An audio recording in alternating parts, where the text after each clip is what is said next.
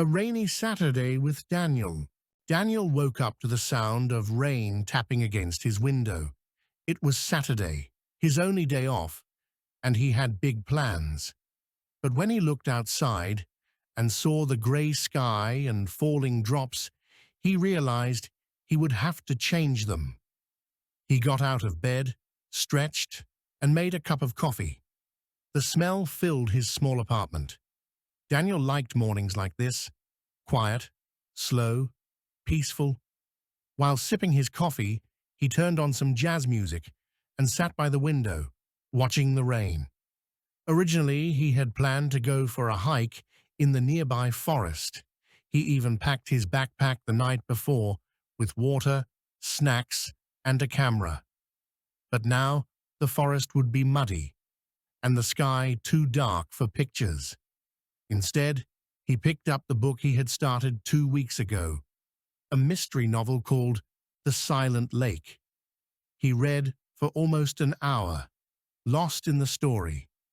He loved how books could take him to a different place without leaving his room. At lunchtime, Daniel decided to cook something new. He opened his fridge, looked around, and found some vegetables, eggs, and a bit of cheese. He made an omelette and added some toast on the side. It wasn't fancy, but it was delicious. After lunch, he called his sister, Emily. They hadn't spoken in a while, and she had just moved to another city. They talked about work, life, and her new apartment. It was a good conversation, simple but meaningful. Later in the afternoon, Daniel watched a documentary about space. He had always been curious about the universe, the planets, the stars, the idea that there is so much out there. It amazed him. By the time the film ended, the rain had slowed. The day went by quietly, but Daniel didn't mind. It reminded him that even slow, simple days can feel full.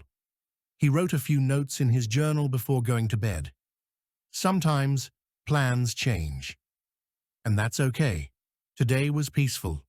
I needed that.